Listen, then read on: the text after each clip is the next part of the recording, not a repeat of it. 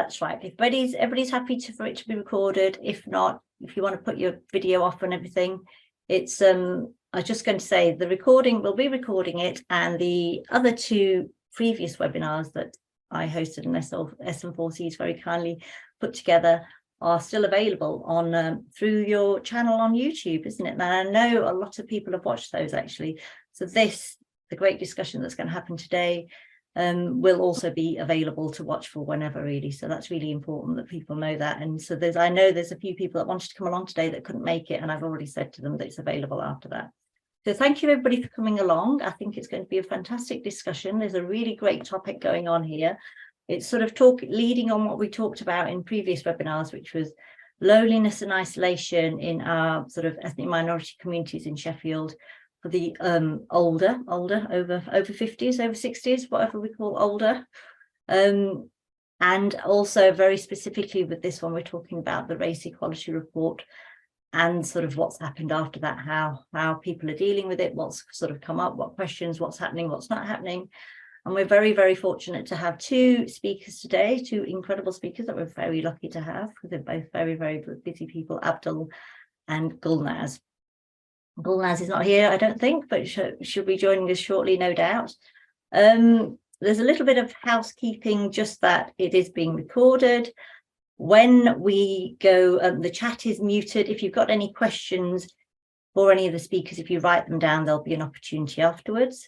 We'll be going into breakout rooms at some point as well, so smaller groups so you can have little discussions, which is always really nice.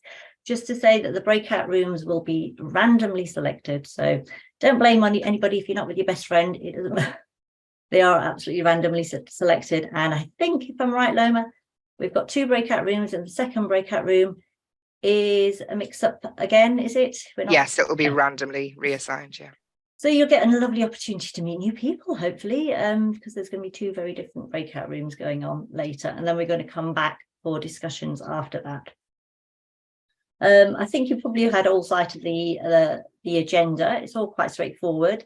I think we're going to be passing on to Loma to talk about what we're doing here, what was the purpose, what drove you to set up this webinar and get us all come together, and what we're hoping to achieve from it. Loma, so over to you. Thank you. Hello, for those of you that don't know me, I'm Loma Jones, and I'm the SM4C's Equality, Diversity and Inclusion Lead.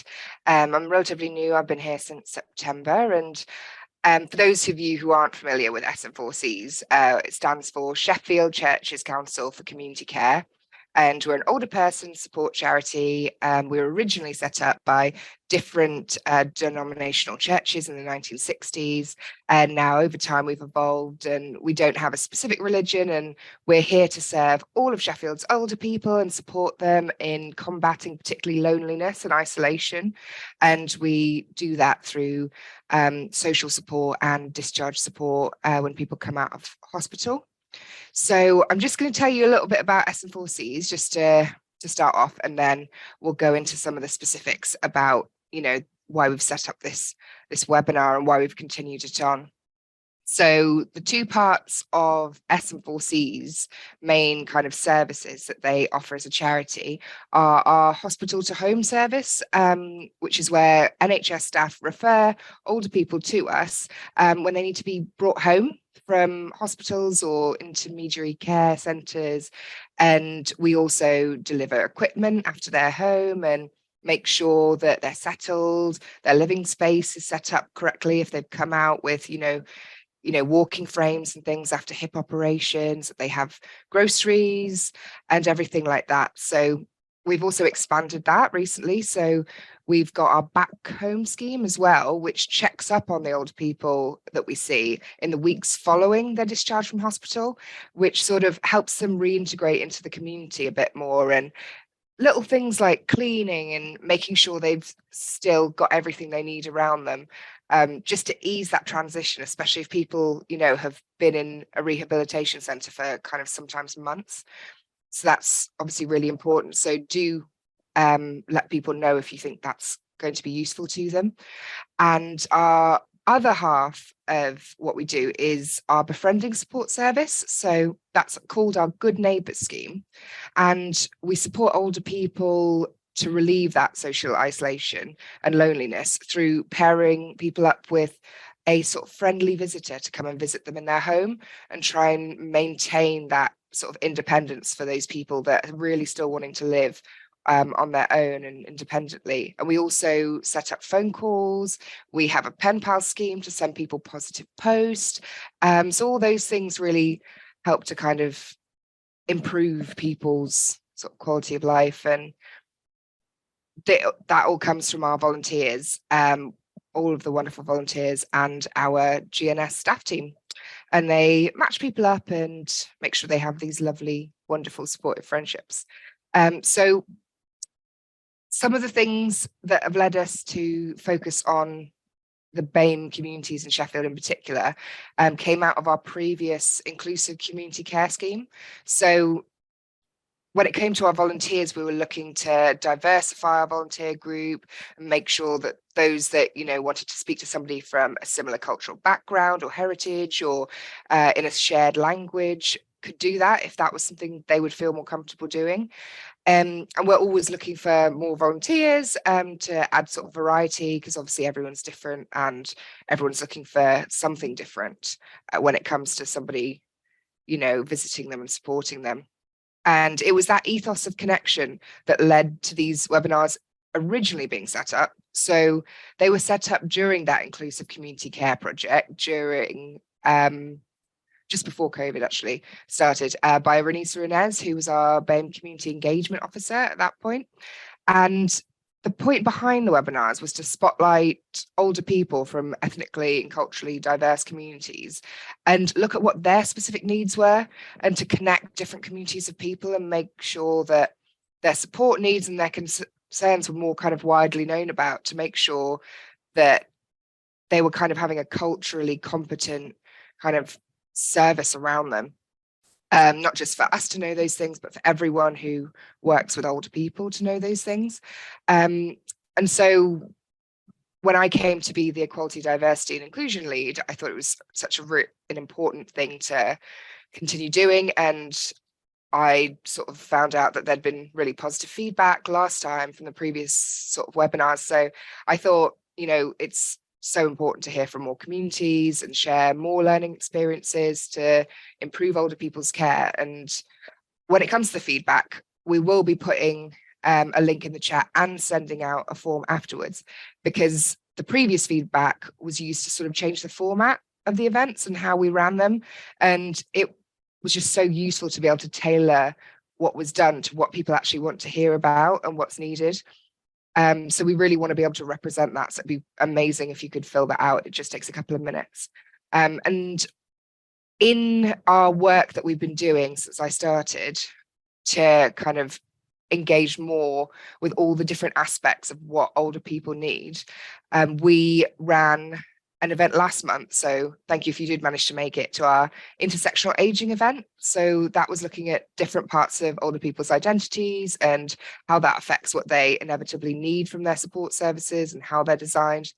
So this is continuing that discussion, but specifically looking at the BAME communities and how the different parts of people's identities affect their support needs. So I just want to address again, as was addressed in some of the previous webinars, that obviously BAME or BAME is not the best term, but we're using it because that's what we were using previously, and it follows on from groups like the BAME COVID-19 group and other community groups that are from Sheffield.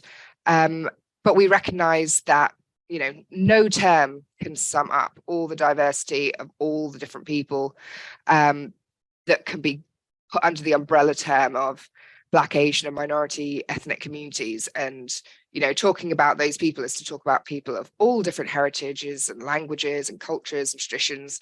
And so we just want to acknowledge that and make sure that we're not trying to gloss over all these different people, but rather focus on the fact that we do need to hear from all the different communities individually and find out what those people are flagging up as things that their communities are needing, and really kind of connect people that need to hear those things who are putting those support services out there. So we want the webinars to try and facilitate those discussions and that learning. And we're trying to hear from as many different communities as possible so that we're just better informed and more supportive, whether it's as an organisation or just as sort of friends and neighbours in the community, really.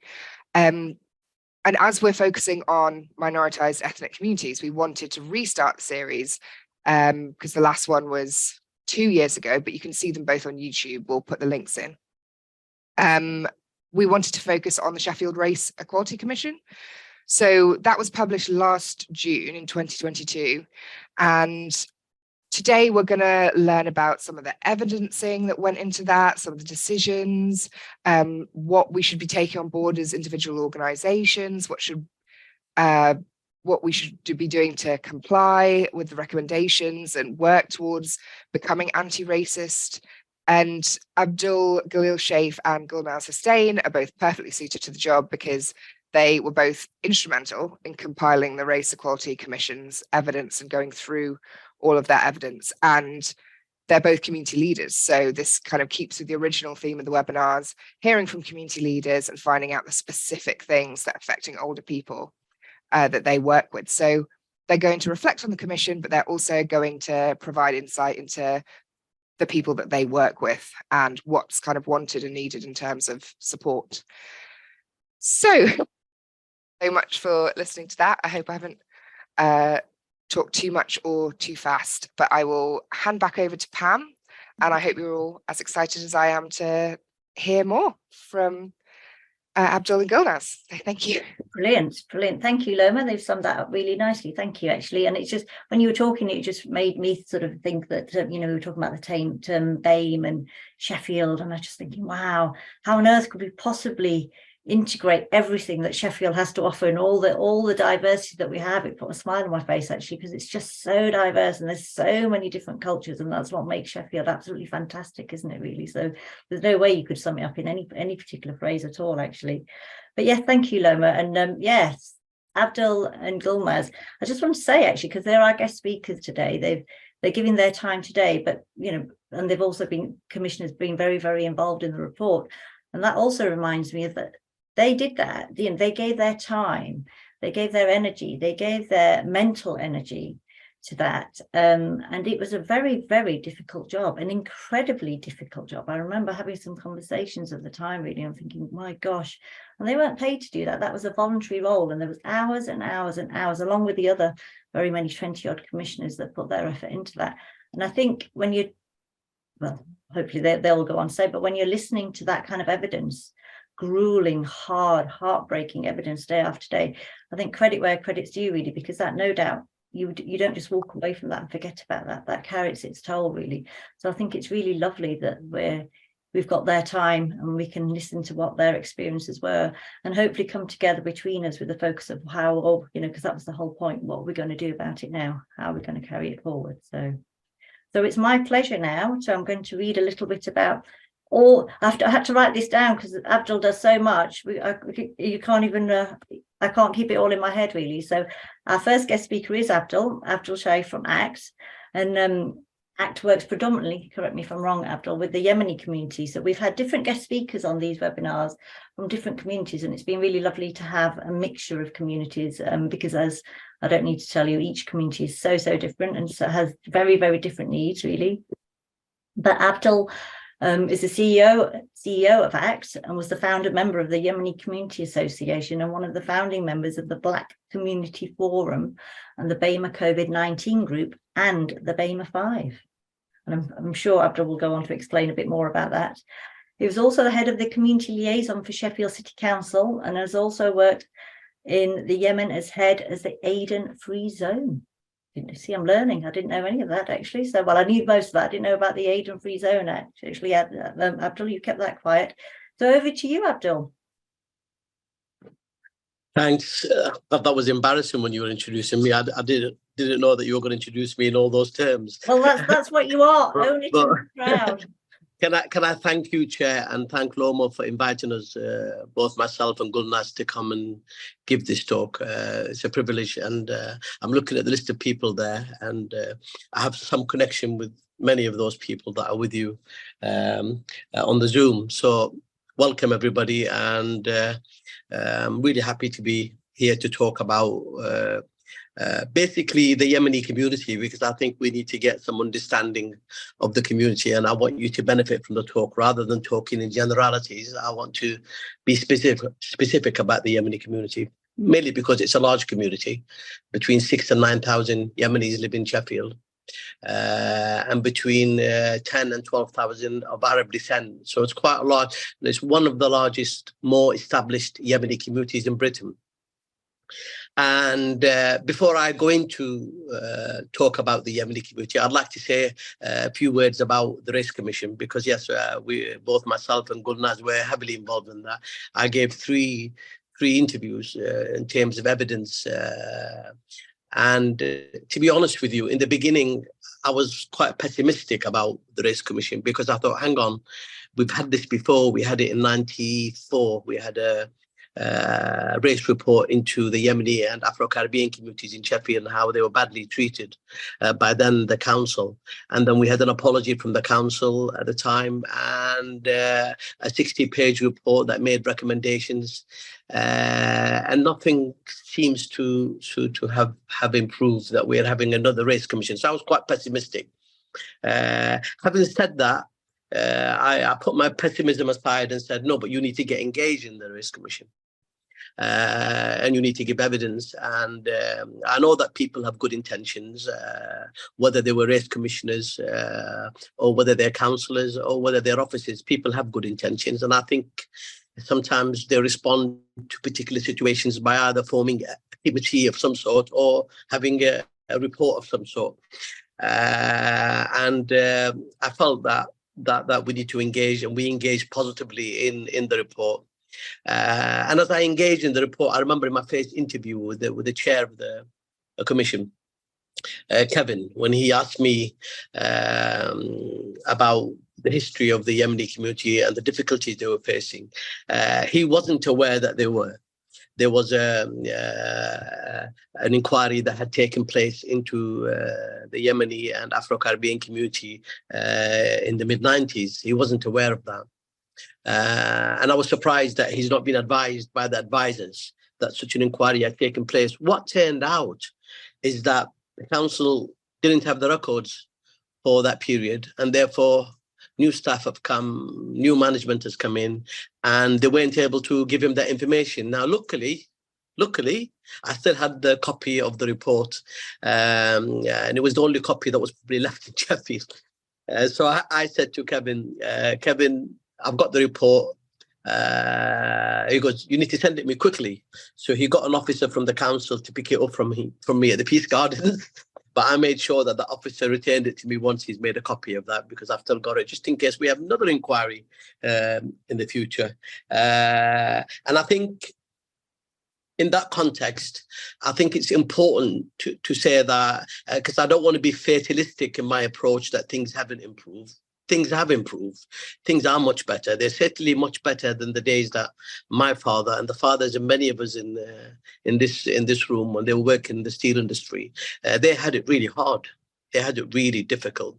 I mean, I remember my dad working 70 hours a week in the steelworks, and I remember him having dermatitis, asthma, prone to accidents all over his body, which drove him to drinking and to gambling and to all sorts of things, because he couldn't cope with that.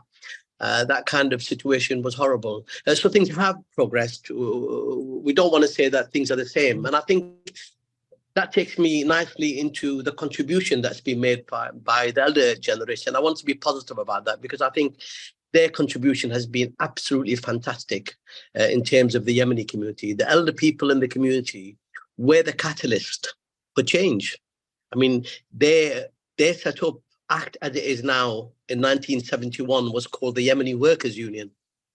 And the reason why Yemenis set up the Yemeni Workers Union is because they felt that the trade union movement wasn't supporting them back in the 50s and 60s and 70s. So they decided to have their own trade union where they can organize and fight for change. And I think, for me, if it wasn't for them buying a small building and contributing from their own very low salaries to buy that building so they can become a catalyst for change, we wouldn't have had the change that we've had so far. We wouldn't have had ACT delivering services at the front line. So I'm very grateful to the contribution that older generation has made. But I think it's also worth saying something about that older generation so that you can understand much more about the Yemeni community. The Yemeni community is one of the longest established community in the United Kingdom. And during the First World War, and I think it's very important to understand that, Britain used thousands of Yemenis to fight fascism and Germany at the time. And historical records show that 3,000 Yemenis sacrificed their lives to protect this country from a fascist invasion. And I think this is what's being recorded. I think it's a lot more. You might ask, how did the Yemenis get here? Well, South Yemen at that time was under a British colony. So they were moving people from Yemen into the Royal Navy so that they can go and fight in the war. And like I said, war records show that 3,000 Yemenis died providing supplies to the British troops during the war. And I think that in itself is a massive contribution. So many Yemenis that came into Britain came through the shipping industry, and that was 1870 all the way to 1950, immediately after the war. But even those people faced a number of racism. If you read the history of Yemenis in South Shields, you'll know that the first black riots in Britain were by Yemenis. The Yemenis who were working in the ships in South Shields, when the war finished, they were some of them were married to British women, to English women, and others wanted jobs, and the people in South Shields didn't like it. So they faced huge resistance to them getting jobs and marrying white women. And in a sense, the Yemenis decided to go on a riot in South Shields in 1933. And that was the first riot of its kind in order to change the system. In the 50s, it was a different situation. In the British commissioner in Yemen, like I said, Yemen was still a colony, or South Yemen was still a colony, decided that they no longer needed immigration for the war. They no longer needed people to work in the ships. What they wanted now was people to work in the steel industry. This is where Sheffield comes into it. Sheffield was a famous steel city making. And I remember my dad saying to me that, because my dad was working in a small farm in Yemen, and he says, I was able to get British passport within minutes. Basically, they looked at my biceps, they tested my leg biceps, and they saw me as very fit, and they said, "Go, this is your passport." And I had a British passport. And tens of thousands of Yemenis came from Yemen to work in Sheffield, Birmingham, Liverpool, Cardiff, all the cities where Yemenis are resident now, were working mainly in the steelworks. I would say predominantly 90% of people worked in the steelworks, and they worked very long hours. Like I said, 60, 70 hours was a norm to work in the steel industries. But if you look at, we did an industrial deafness campaign in the Yemeni community, which is now ACT. We did an industrial deafness campaign, and out of the 200 people that we tested, 200 people were deaf through industrial noise. And obviously we claimed compensation for them. Some got 3,000, some got 4,000, some got as much as £10,000 because of the damage to their deafness. Then we made claims for them through ACT for dermatitis, which is a skin disease that's caused through schoolwork. And then some of them have lost their fingers, parts of their legs, and the younger generation, in a sense, which was myself. I mean, I'm no longer young now. I'm quite old, but in the 80s and 90s, I was probably one of the very few people in Sheffield that could speak English, and that could help the older generation in their language needs. And hence I was used, and that's how I was politicized, how I engaged within the Yemeni community. I got engaged through listening to people's problems and trying to help them, and being able to speak English was a significant factor in my development. So in that context, we're finding a lot of problems that Yemenis have faced, because working in heavy industries, especially jobs that required hard labor that nobody else wanted to do, became an important part of their lives. And if you look at the statistics, for example, all the Yemenis in Sheffield now, 2% of Yemeni older households receive an occupational pension compared to 61% of white elders. 2%, yeah, because no trade unions, no management ever advise people, well, you can have a private pension at work, that will increase your pension when you retire. Only 2% of Yemenis have got private pension. And if you look at the population of the elderly community, that's a shame. That's a big issue, yeah, because they have to survive on the retirement pension. The other issue that they face as Yemenis, and I think some of you that work with elderly Yemenis will know that, is that they didn't pay the national insurance gaps. So they used to work for 5 years and then they go and visit their family back in Yemen and then come back here. Now they were missing a year. Every 4 years or every 5 years, they were missing a year, which created an insurance gap. So I would say about 82% to 83%. I mean, our latest survey show 83% of them don't receive the full retirement pension, even though they've worked for 30 years. Because of those years, they missed out going back home to visit their family. And they were never given advice about the gap, that you could actually plug that gap by paying for your national insurance. So again, that's another problem that they face. Another problem that they face, and I think the Policy Institute did some work on this, not just on the Yemeni community, but most Black community, that the average full-time earnings for a Black elderly now is £1,400 a year. Sometimes, it's increased by claiming universal credit and housing. But if they had to go back, and many of these elderly people have their families still back in Yemen, they've never been able to afford to bring them back home. I was one of the lucky ones that was able to come and join my father there. If they were able to go back to Yemen, they wouldn't be able to live on that. So they've been trapped into the issue of universal credit to top up their money and stay here and still find a way of supporting their family, and still every 5-6 years going back to the Yemen. And I think that has an impact on their life, because the loneliness, the isolation, the fact that they've not been able to build up their private pension and their state pension to a reasonable level has meant that they suffer huge consequences. And I think that takes me to COVID, because the pandemic and COVID exposed the problem of racial and health inequalities, not just in our city, but in the country as a whole. And I think that when Yemenis and people from the Black community started dying, we as community organizations responded in the best way that we knew how. We knew that the system weren't prepared nor ready to respond. So we responded by communicating with people, by ensuring that they get the health messages, by making sure they get food parcels to their house, picking up their prescriptions. We did a lot of work with older people during COVID. But what it revealed is that socio-economic factors and geographical factors played a huge role in deprived areas, played a huge role in the problems that our elderly were experiencing. And we, in a sense, worked closely with the local authority and the NHS, and I praise them for that, because I think particularly some offices significantly showed that they were able to work with us. It's unfortunate that we had to work together effectively by accident rather than by desire and planning, because we had a pandemic and we had to deal with it.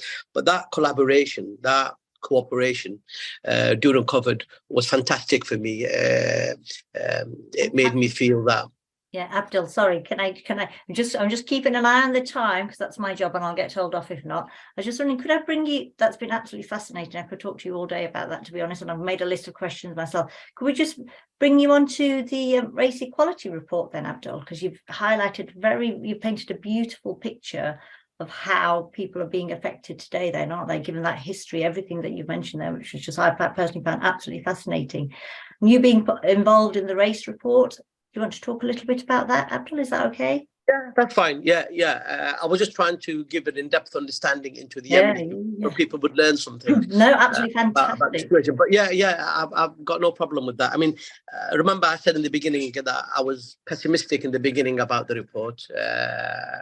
I think the intentions are positive, and I think people want to do something. But when you look at the reality of the situation that we're in, the only way that you're going to address through the Race Commission, the race equalities, the race inequalities, is by having the resources necessary. Now, we know that central government is not breathing new air or new money into cities like Sheffield. We know that the council is strapped.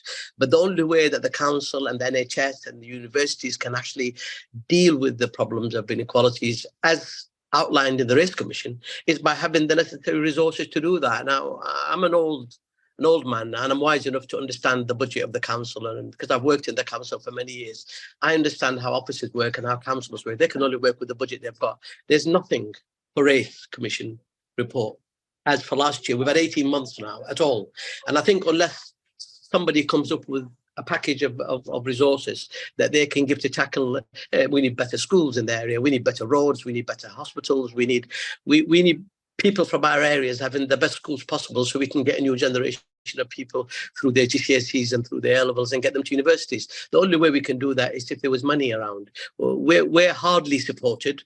I must say, I want to be honest, that the NHS has stepped up a little bit in the past 6 months. We've realised that, and I've given some resources for us to help to deal with that. But I think the question of the Race Commission has to be, for me, a question of resources, whether the resources are available. I think the NHS and the council particularly are cash-strapped. I think the universities are far, far away from even starting the process of engaging with the community. And I think that you know, that the government talks about levelling up and their determination to breathe new life into areas like Sheffield, but it's not happening.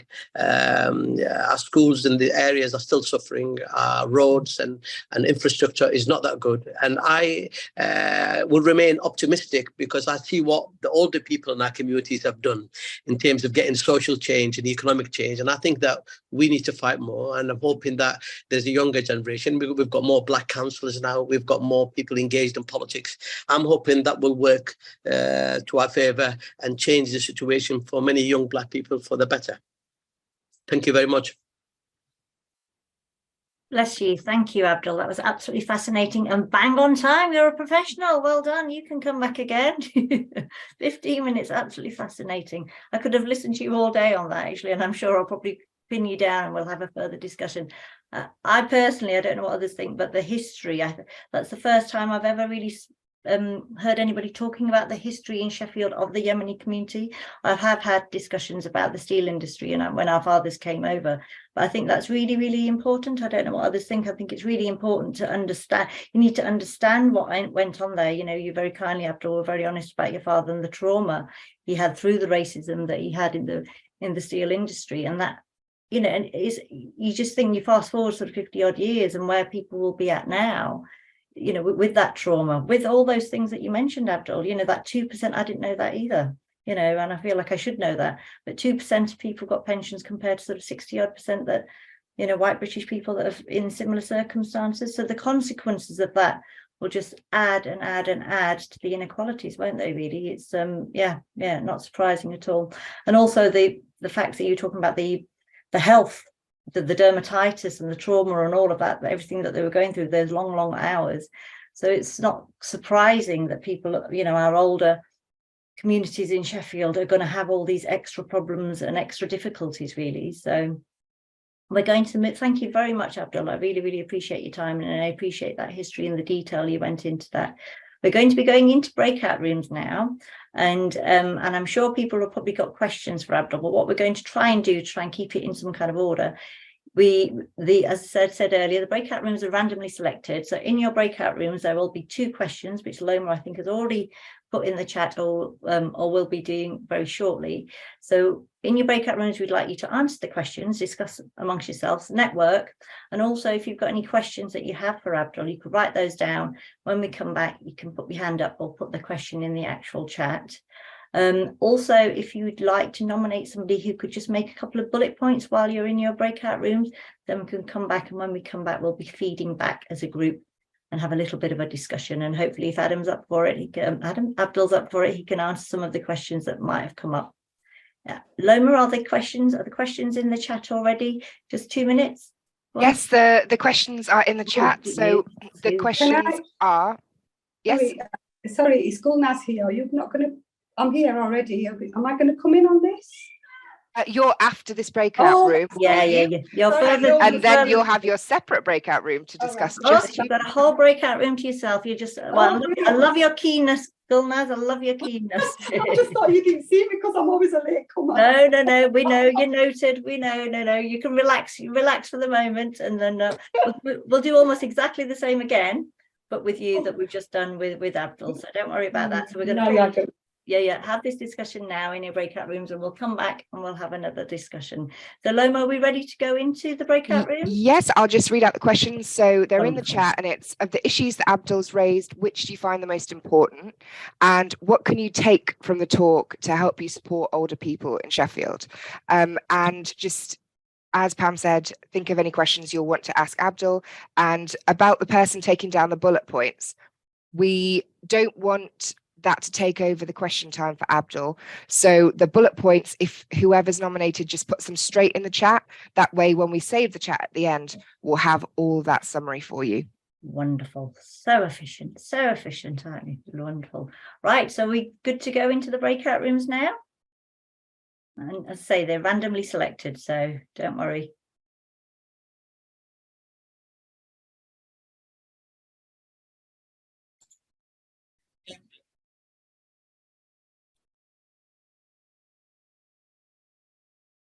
Right, people coming back.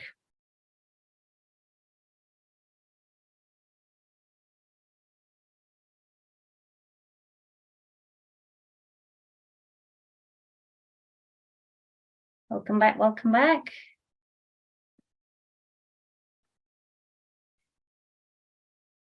Looks like one group's finished earlier. Welcome back. All right, so there should be questions. If somebody did the homework, there should be bullet points in the chat, shouldn't there? Feedback from the groups. We didn't do our homework. I think it was so informative, and we were talking so much about it that we didn't do bullet points. Oh dear, detention for you, Melissa. Yeah, how dare you talk too much? That's my job. I know, it's the story of my life, isn't it? That's the whole point. No, that's absolutely wonderful. That's the whole point. Great to hear people talking, people discussing. That's what we're here for, isn't it, really? So did anybody else, I mean, you can always feed that back, it's very quick, but if people put their bullet points from their group discussions into the chat, is it in the chat? Loma, can you see that? I'm struggling to see the chat for some unknown reason. Yes, we've got one group's bullet points in, and then if anyone wants to put their hand up to start asking questions. Yeah. So there's Abdul. It's feedback, bullet points, feedback in the chat, questions for Abdul either in the chat. I'm having difficulty seeing the chat for some unknown reason, and virtual hands up. Ask Abdul anything you like. Let's have a look. If I change my view, I'll see if there's anybody who's got their hand up, or shout out if there's anybody. Sounds like, oh, Melissa, you've got your hand up. You've got a question for Abdul? Yeah, first of all, just thank you. I've got so much information. It was so informative. So as you know, I work for the Trust. I work around mental health and communities marginalised by race and ethnicity. And I was wondering, with the history of the Yemeni community like this, how has this, or how does this impact on your community's mental health? Thank you for that. I think it impacts hugely. I think we've got a big problem in the Yemeni communities that people don't find it taboo to talk about mental health. And in that context, you can see all the signs of mental health issues, but when it comes to talking about it, they don't want to be seen as having mental health as such, using the term. But I think to be fair to the NHS, we have recently been working with the trust to help 18 individuals in our communities. Some of those are older people, some are younger people, but we're beginning to identify some of the issues that they're suffering from, whether it's stress or whether it's loneliness or whether it's the inability to be able to deal with life's problems as they come, particularly with the cost of living crisis. We're dealing with NHS on that. Very small funding, yeah. So there's not being the ask is from the NHS is that you need to fund community organisations to be, because they're trusted, they're right in the middle. As delivery organizers, you need to fund them to be able to deal with the clients that they've generated within the community, rather than the ones that you'd refer to them. So that's the ask. But we're getting somewhere. I feel the NHS are stepping up. And I feel encouraged that we probably by the end of next year, we'll have probably a programme on that. Fabulous. Thank you. Thank you, Melissa. That was a really good question. And it was really good to, talking about mental health. Yeah, that's obviously really, really important. And given the trauma that you were talking about earlier, Abdul, it's not surprising. Thank you for answering that question. Anybody else got a question? Please put your virtual hand up. I'm just looking, I can see the chat actually. There's a few bullet points I'll read out if anybody wants me to. So there's somebody's asking about bus passes being brought down to 60. Wouldn't that be wonderful?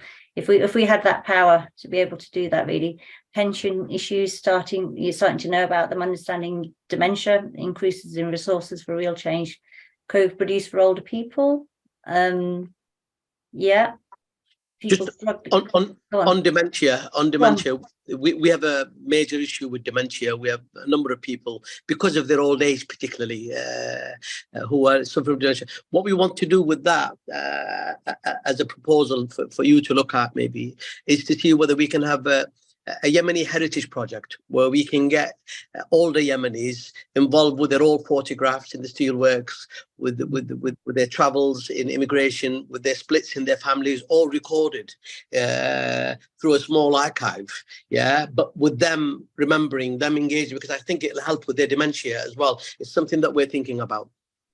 Brilliant. Thank you, Abdul. And Ruth Nutter, you put from Compassionate Sheffield, you put in your bullet points in your breakout room, you're talking about that actually, about the deep listening and capturing the stories. I think that's what we're talking about here, isn't it? So capturing those stories before it's too late, and whatever then could go on, hopefully an exhibition, whatever that could go on from that. Well, that would be an absolutely wonderful thing to see, really. So, and Ruth also mentioned about capturing these stories, but obviously it would be better done in appropriately in the cultural languages as well. Because if we are talking about in that particular case Yemeni elders. So any other questions, anybody? Did anything else come up? And I'm trying to quickly scan the chat and look at the raised hands at the same time.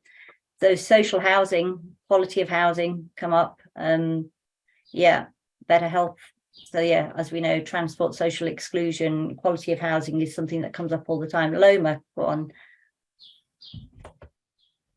I was just going to ask Abdul how he felt that, because obviously the Race Equality Commission is meant to be all towards anti-racism, and how he felt that we should be doing anti-racism work in our little organisations as people that are supporting older people in the community. Excellent. What you thought were key sort of practical things rather than, big analytical things. What are just sort of what you would think of as like the basics, the kind of the obvious things that people need to be going about to make sure they're supporting minority ethnic communities appropriately? Yeah, I think in a sense, your organisation, Compassionate Sheffield, my organisation, Gulnaz organisation, I think Sadaka, the PMC, I think Israq, I think we're all doing as much as we can. Sometimes I think we're pushed to the extent that we feel, I don't want to go to work. Yeah, I just feel so tired. Yeah, and I think we've got to be careful not to become a substitute for the system, not to become a spare. Yeah, it's enough Harry's a spare. We don't want to become a spare to replace the system, because I think we need to make the system work better. so that it can carry out most of this work. When I see the work that we do in ACT, sometimes I say, oh, that it never finishes. We don't go home at 4 or 5 and say it's the end of the day. We can expect somebody to knock on our doors at 10 o'clock in the night, or be in a police station and say, come and help me, or come and resolve a small riot in Page Hall. Or that's the kind of lives that we live. Yeah, we don't want to live this kind of life. We want to be able to use our organisation to become so professionalised that they're just doing a certain job and not expected to do everything.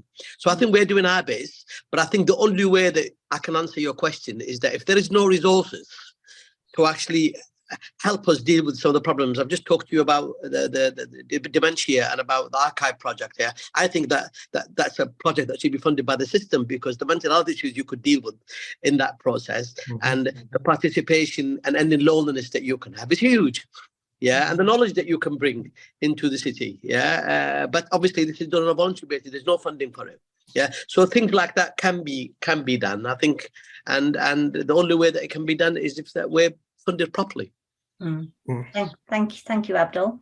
I'm going to do my job properly and move us on and keep us on time. Thank you so much, Abdul, for that insight. Thank you, everybody, for your questions. Can I just possibly add a quick thing? Go on, Carl. Go on. Abdul, yeah, your heritage project, which you mentioned, yeah, in regards to dementia and recording the stories of their elders.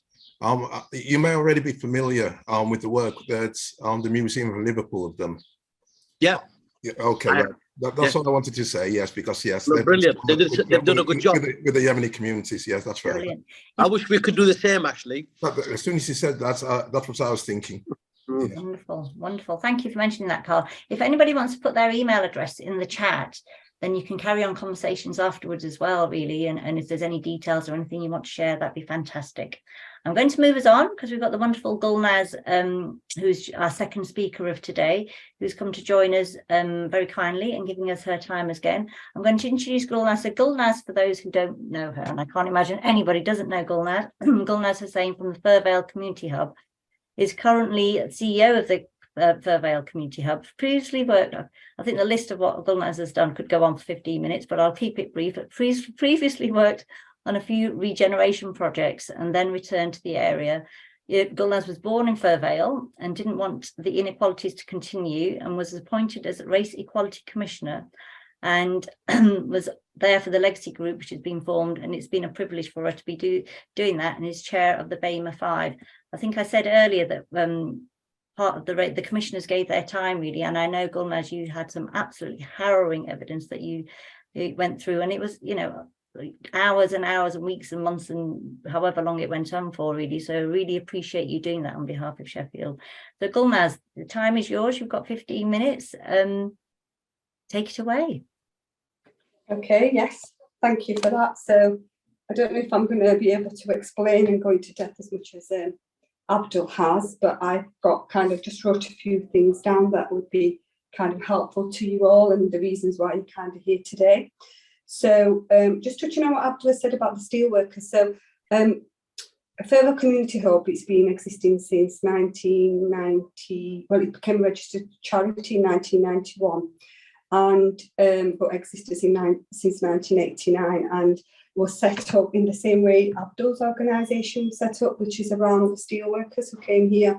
And as Abdul has emphasised, it was quite a quick way in which they got to the country. We were when the Mangala Dam in Pakistan in Kashmir flooded, the Queen's voucher became available. So Our Majesty the Queen decided to give vouchers to people from Kashmir to be able to come to the UK, and the same as what Abdul has said, they were chosen by probably health merit and were given the ticket to get over to the UK, and they came here just to help the United Kingdom, really, the labour workforce, and they had intentions of going back in the way that so many communities come, and they do want to go back, but they came for a better life and they ended up staying.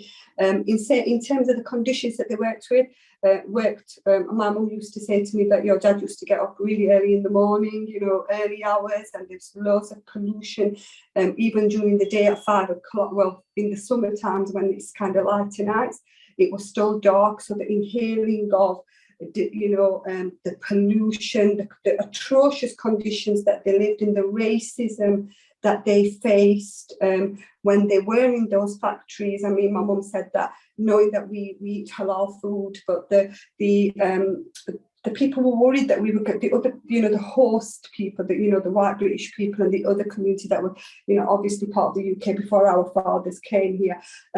We were told that there was like bullying and really bad conditions that they worked in, and they were given the worst jobs because the other white counterparts didn't want them to have the better jobs. And when my father used to go out for lunch, somebody would come and tie pork around his tools, knowing that we eat halal. And but they rose to the challenge. They grouped together and they argued their way through and there used to be like segregation in the yard. The white people used to be there, the Asian people used to be there, and there was like tension. And that tension, I think, formed their thinking that whatever happens, we may never be accepted. And I think that went on through a long time. So they came about setting up the Firvale Community Hub, which included my father and many others, who have now passed away from the diseases that they caught in working in the steel industry, such as leukemia, because my father passed away with acute myeloid leukemia, which is a reflection of being exposed to some form of radiation. So this is it's like a bit cruel to kind of think what happened to them. And it's quite emotional as well, because they didn't get a fair deal in how they were treated when they first arrived.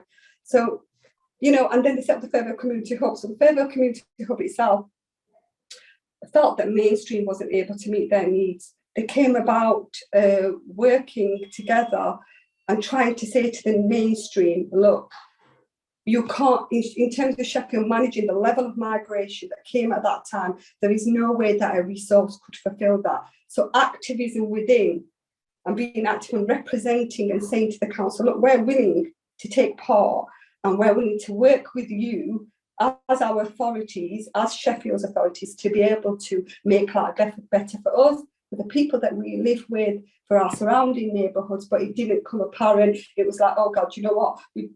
They're not equipped, they're not educated enough, they can't speak English. How can they do that? And that went on for years. So the investment into BAME groups and BAME leadership wasn't there. And that's why today we don't have key people in the city who will have been part of the representative boards right across the city, because we never developed as communities. We fought to develop, we went to the education, went to university, we did everything, but we feel like we did this alone. Our struggle was alone. So the history, what Abdul is talking about, I just wanted to share with you about the South Asian community, the Pakistani community, which is the largest community in the city of Sheffield. And, it is hard to see, and it is hard to bear at times when we see what happened to them. But there's a lot of the younger generation wanted their legacy to continue. Abdul was there for what happened to their fathers. We were there what happened to our fathers in our communities, and we kind of went on and did other jobs, but we came back to this because we felt that there's a sense of belonging here, a sense that we feel that this is what needs to be done. And Sheffield does need us, people like us, people of colour, to be able to help them to make the decisions of our community and be represent and advocate and act as a conduit between different organisations and our communities. So going on from the steelworkers, it's really ironic that me and Abdul are here today, being from the Yemeni Community Association and the Pakistan Advisory Community Association, which was the names of our organisation before we came Aspiring Community together and further community. In 2007, myself, Abdul Razak, who's from the Yemeni Community Association, Abtizan Mohammed, who's now do so well in the city and is becoming, and hopefully fingers crossed, will be elected as an MP for South Sheffield, and a number of other workers came together. And I'm just going to show you this report. It's called The Right to be Heard. Can you see it? The Right to be Heard and Removing Inequalities Consultation went with Black and ethnic minority elders, and this happened in 2007. Okay, so I want to talk about this a little bit, which will give you the concept of why our generation of people like us came together. So on the 24th of April 2007, 119 older people from the Pakistani and the Yemeni Community Association attended an older people's consultation organised by the Yemeni community. The purpose behind the event was to explore the needs of older people from Black and ethnic minority communities, giving them a platform to voice the issues and the concerns to them, and to allow them to make recommendations for future action. Okay, that happened then. Okay, the common themes for barriers for BME participation included a distrust from institution, language and culture barriers, lack of awareness of services, and lack of local services. Okay, so I'm not going to go on about the reports. The reports got all statistical information, as you can see there. This report was put together by myself and Artisan. So I'm just going to move on to something that's quite vital and the recommendations that were made at that time. Okay, so yeah, so we've said, people talked about home care, and the recommendation that was made then was, and this is going back to 2007, and I keep reminding everybody because we're sitting here and we're saying the same things here, and now when the services haven't changed and we do feel that things have improved. Public bodies need to improve their connections in the community to communicate their services to isolated groups, and we put a recommendation how that can be done. We also, our elders said, interpreting and communicating. So one of the recommendations we put forward was promoting accessibility is not just about translating services, but about making services known to the targeted user group, regardless of race or language spoken. It's about ensuring that the information about the availability of the service and the methods of accessing it are tailored to different groups. And it is not always about changing the service itself. More needs to be done to support older people who will not access literature in the same way. And we put a recommendation on how that can be done. We also said at that time in 2007, meeting the cultural and religious needs of service users is essential if equality of opportunity is to be properly maintained. This can be furthered and developed by ensuring that there is represented workforce, ensuring service users are paired with staff who speak the same language. I mean, the list goes on. We also said recommendations around, Gulnaz, I'm just sorry to interrupt. I'm just conscious of time, really. I don't think you could have highlighted that clearly enough, really, with the literally showing us a report from 2007. I could listen to you forever. Just in the interest of time, I think you're going to do it. Make that beautiful link between 2007 and today, and the report that you were sat hours and hours and hours listening. In your role as a commissioner. Yeah. Okay then. So I'm glad you brought me back into that, but this report is quite small and it's kind of just saying it, so we're happy to share that with other people, and it's got some real strong recommendations on it. Now, going back to Race Equality Commission, I was selected out of 28 people in the city to look at race and inequality and help Sheffield become an anti-racist city. I mean, it was really, really difficult to listen to people, but to me, I was not oblivious to it. To me, I felt we had a voice through the Race Equality Commission. I don't think it felt like, oh dear, these people are coming forward and saying it. We've lived it. We were expert by experience. The people that were the other commissioners were fantastic. The people that came forward, that gave witness statements, were absolutely spot on with what they were saying. It was emotional. It was tiring. A lot of time went into it. But what has come out of it is that there will be a legacy scrutiny group that will help Sheffield City Council, the key stakeholders at the University of Sheffield, the NHS, the South Yorkshire Police and other key stakeholders to enable them to understand what racism is, what the people of Sheffield, of people of colour, had said and how they can improve their services.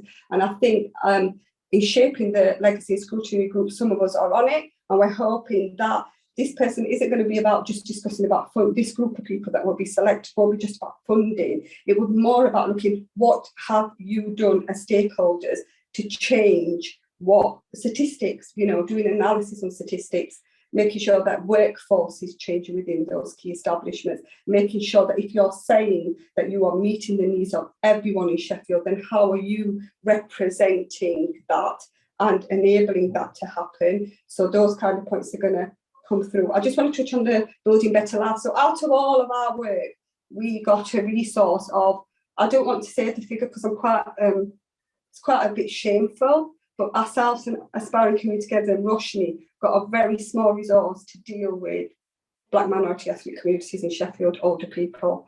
And we have struggled on that budget. because I received the money and then I split that resource between two key organisations, and we have struggled with that resource. We have struggled to meet the needs of our communities. We've kind of gone back many times, and there was a threat of closure to it as well. So we thought, well, what is going to happen to Firvale communities and older people in our communities that we serve? And the reason the closure was, I think, is the concept of not understanding the needs and why.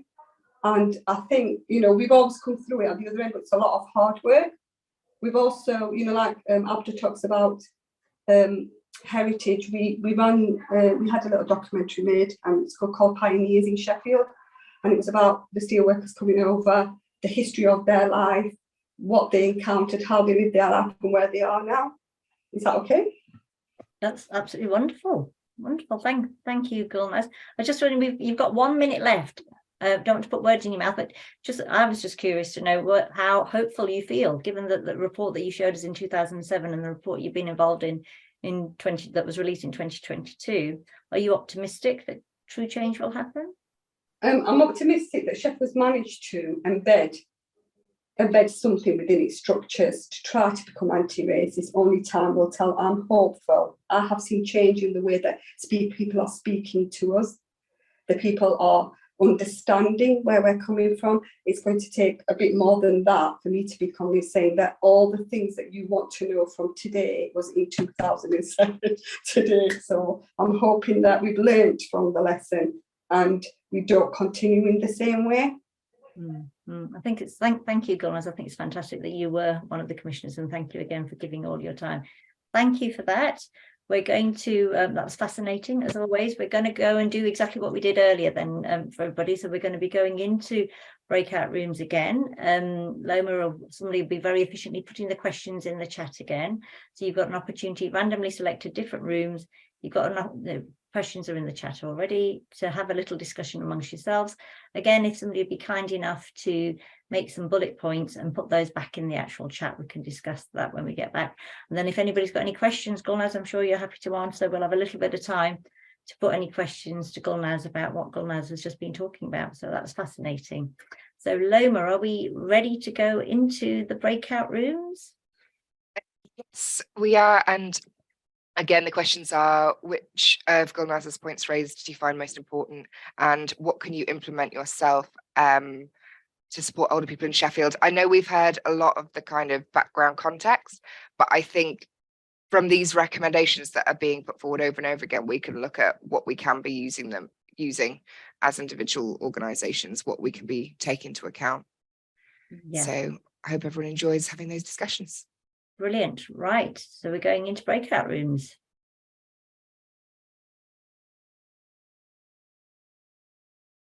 So we're stopping the recording for the breakout room.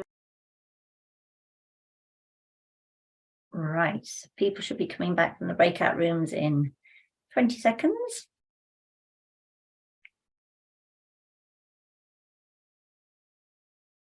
See if everybody's done their homework and put stuff in the chat, bullet points.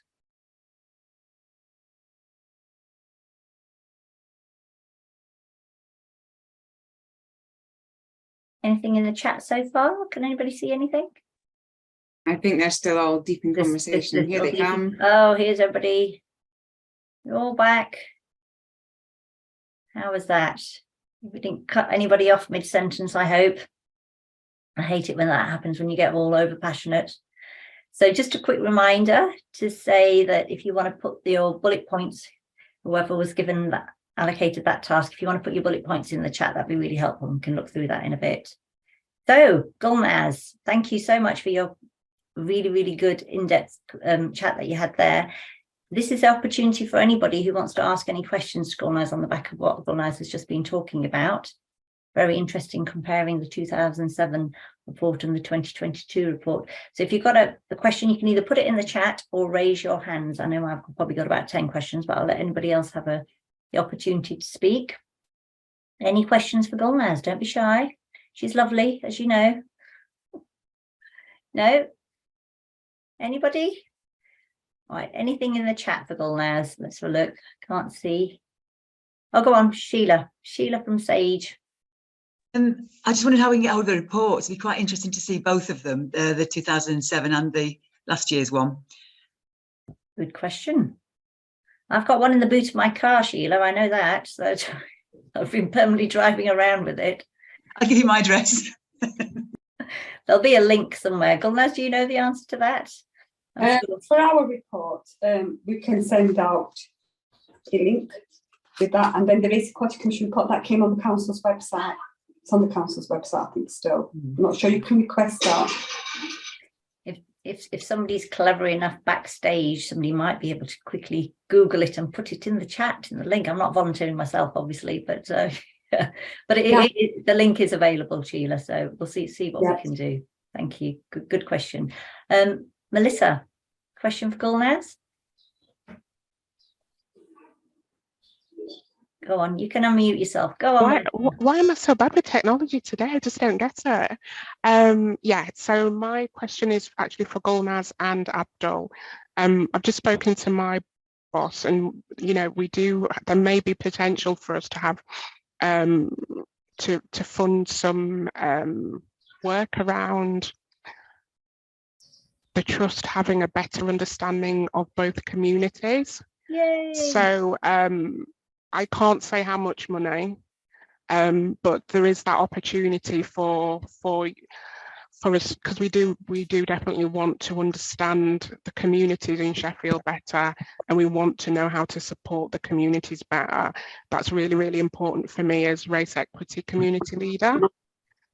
So I was wondering if, because I have both email addresses, if I could send you an email along with Teresa Clayton to talk to you about that separately, if that's okay.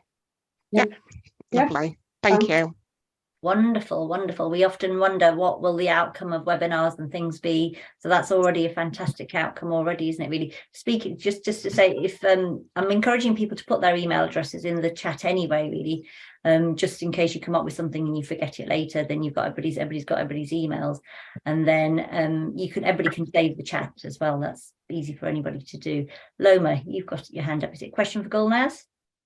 It's just to read a question out of the chat, actually. Yes. There's a wonderful question here saying, and again, it can probably go to both people, but aimed at Gulnaz first. You mentioned ways of getting information out to people in the community who might not read or access traditional methods. Can you talk about what you found that works, or what you'd advise about kind of leaflets in community languages, events, word of mouth, anything around that? Brilliant question. Okay, I would say it is word of mouth. It's understanding the languages of the communities that you serve, and it's about being approachable. I think there is still that hurdle to get over in terms of trust. So a lot of our communities, even though they are are approaching, but they're quite good at approaching schools and GPs traditionally, but going to other different community organisations, we still seem to have that issue. So it's about promoting what you do, and then you could use us as a catalyst in helping you enhance what you do and how you could improve your reach, because it's about all the opportunities available across the city for people from Black and ethnic minorities. So we're happy to take on any kind of information or any kind of questions that people have around how to communicate with our communities. But there is still a lot around grassroots provision, direct trust. Anything else, Abdul, what you would say? No, I think you've said enough, Gulnaz. I think what you said is absolutely right. But I think what we did during COVID is a good example of better communications with the community. We were used by the NHS as a trusted, and the council as a trusted partner in the community, and we were able to get the information in different languages, but also in communicating to them in mosques, in workshops, and that was a success in my view, because it increased the level of vaccination within our community hugely, and evidenced by the university to have done that. Brilliant. And we kind of adopted extra services on language and support. So it's about looking at who you serve and the kind of special needs that they might have, which is culture, language, and how you can turn your service to meet their needs. We're happy to inform them. There's a lot of recommendation in this report that you could even still use even 14, 15 years on. Brilliant. Thank you. Excellent question, whoever that was from. Well done. Any more questions? Anything else in the chat? Loma, go on. Thank you. I was going to sneak in my questions when Go on, you're no one allowed else is to. You're asking. allowed to. Oh, there's one from Carl Case actually that Oh, I'll go on. ask first. Carl's put reflective questions for organisations in regards to the extent that our services are culturally responsive to reach minoritized communities as we are who we're delivering to culturally. So basically asking sort of what we can. My apologies, Loma.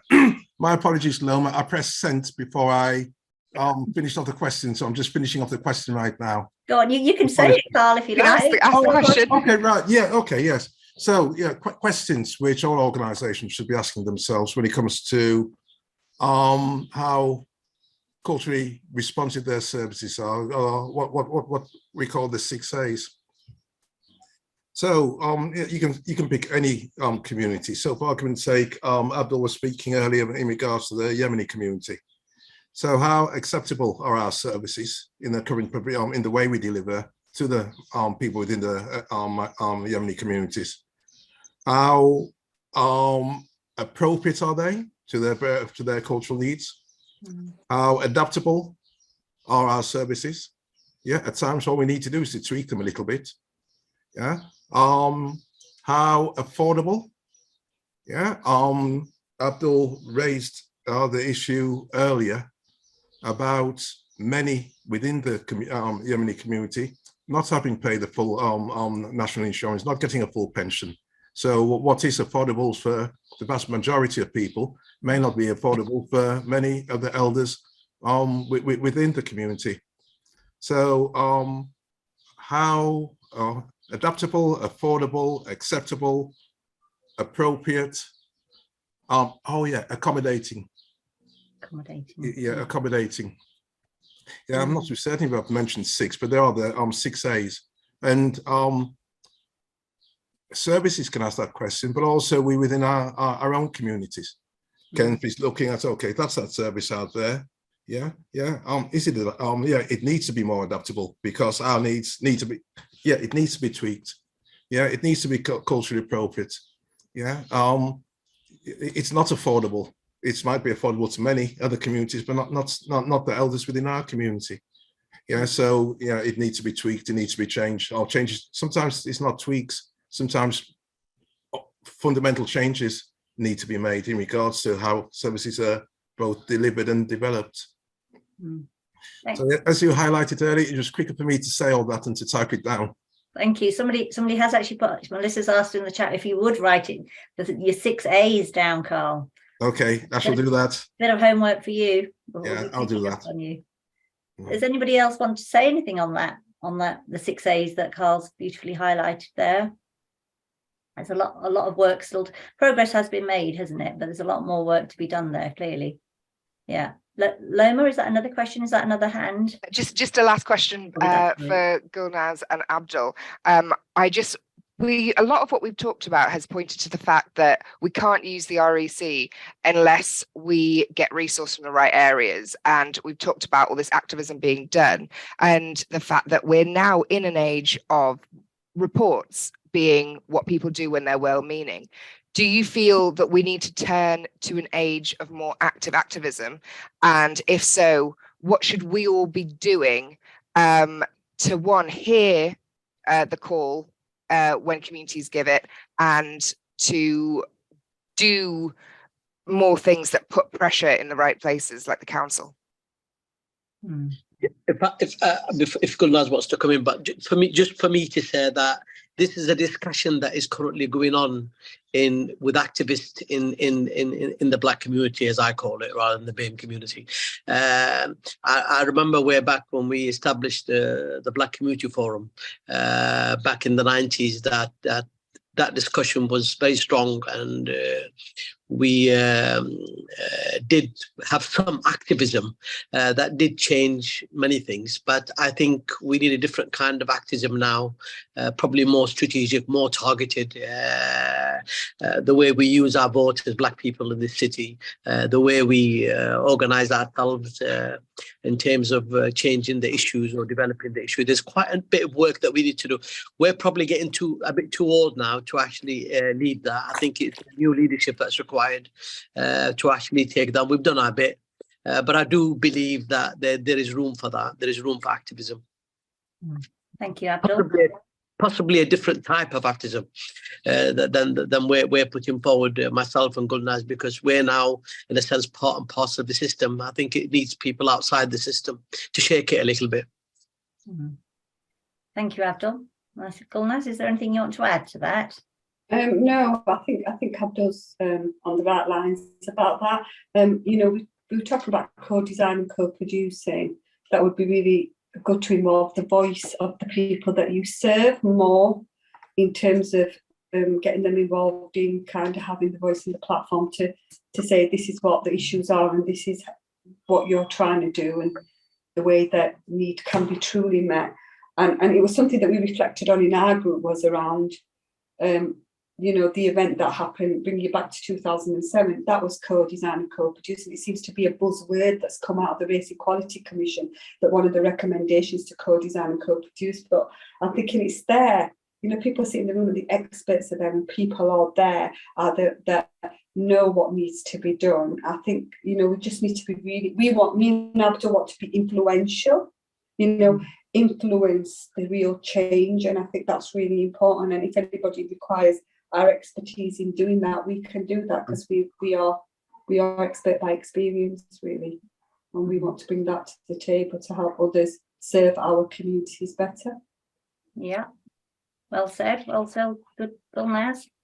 Thank you.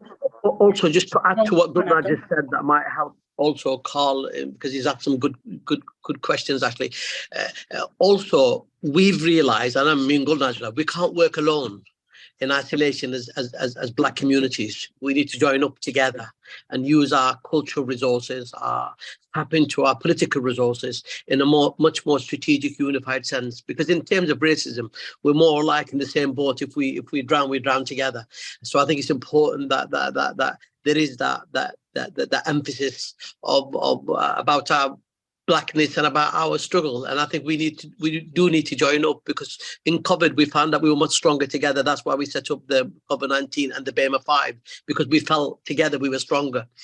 Well said. No, very good points actually. And as you said earlier, it's a shame it had to be COVID that brought that together, really made that happen. Wonderful. We're coming to the end, believe it or not. That time seems to have flown by. I'm going to hand over back to Loma to sort of sum us up a little bit. Thank you. I'm going to try and do the very hard task of sort of summing up all the things that have cropped up, both in what people have put in the chat and in what Abdul and Gulnaz have told us today, and kind of relating it back to the ideas that we put together for the webinar of what we want people to take from the REC Commission and what we think people should be doing for older people. And I've sort of drawn out the things that kind of touch on that. So the main topics that sort of came up were things around misinformation and the inevitable kind of relationship between poverty decreasing, health expectations, and the fact that we need to keep looking at kind of diet, transport, housing, and social exclusion, because those are always going to be symptomatic of older people's care not being as good. And so that we have to make sure that we're compensating for what people might not have received information about, and really thinking about that when we're caring for older people and supporting older people. And another thing that came up is that the importance of engaging younger and older generations together. So whether that's through co-production, as Gulnaz mentioned, or just trying to do that intergenerational work. So that's something that's kind of come out of the discussion today. Quite a few people were looking at the importance of gathering data. I think a lot of the work that Gulnaz and Abdul have done throughout the years has been supporting projects and research projects. So I think it's so important for organisations to reach out to people like them, because we need to find out what data is already there and what's already been collected that we just don't know about, all these reports that have come in the past, so that we can know that the data that we're collecting now isn't kind of rehashing what's already been.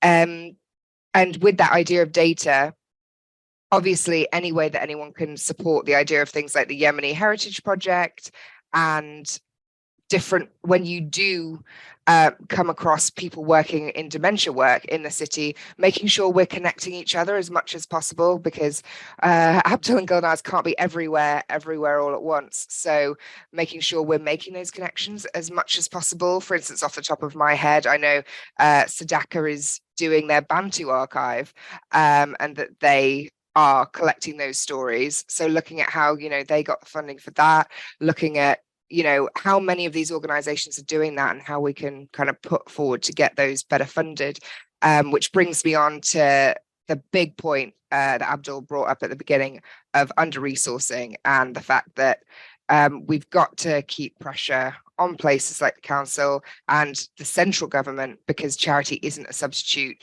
for a broken system. And if a system isn't serving its older people, we all need to be putting that pressure on, because like Abdul and Gulnaz have said, you can only do so much in isolation. We have to be kind of really keeping that connection going.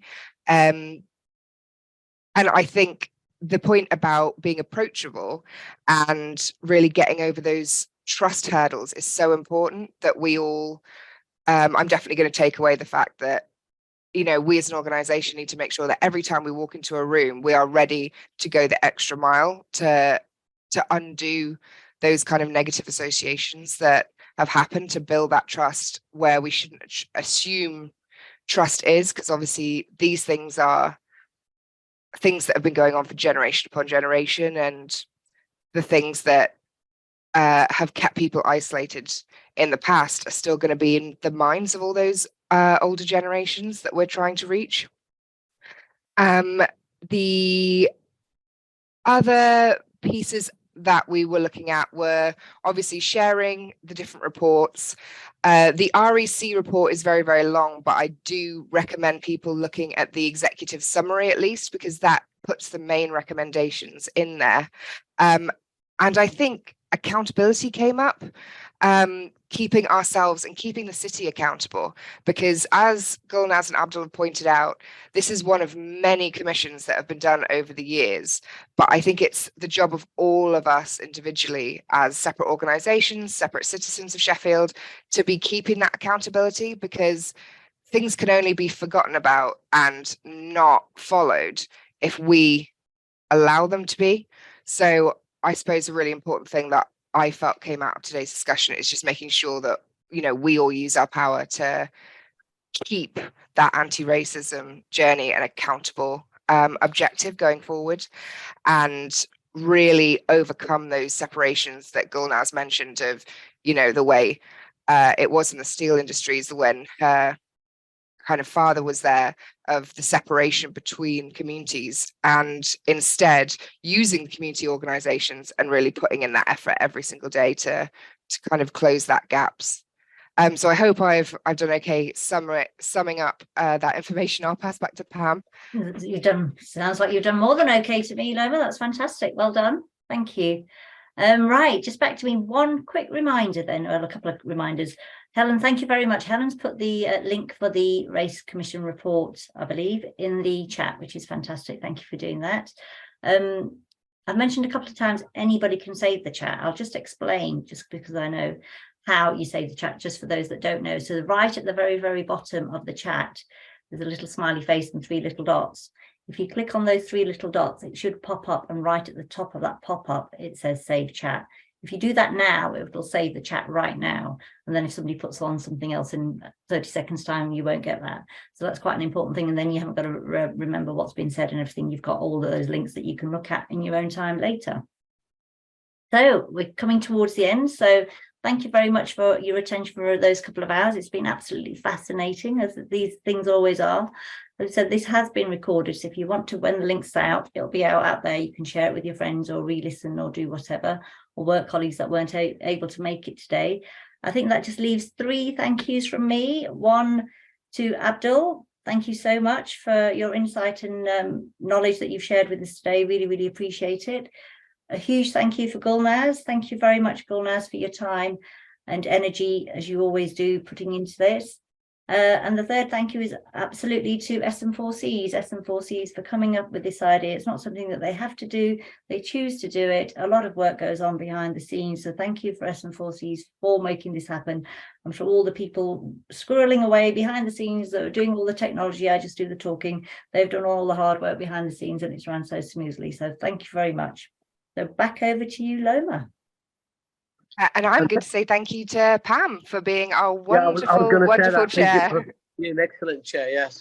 Yes, as always, the eternal professional Pam is a wonderful, wonderful chair. And just to reiterate those thank yous to Gulnaz and Abdul for yet again giving your time and energy for the education of others in the city that you've dedicated yourselves to. So we really can't thank you enough for that. And we've put the feedback in the feedback form in the chat, and we'll also email that out to everyone. And it would be really great to have input on what you want to see, if you want it to be online, if you want it to be in person, and what you want in the area of supporting BAME older people, because I don't think we'll ever run out of people to share really important expertise on the subject. So thank you so much. Brilliant. And we're running on time. How wonderful is that? Such professionals, aren't we? Right. Well, thank you very much, everybody. You can go out and enjoy the sunshine, what's left of it. And yes, thank you so much. Thank you for everybody for coming along. Appreciate that. I should have said thank you to everybody for taking part as well. That's wouldn't be here without you. So thank you.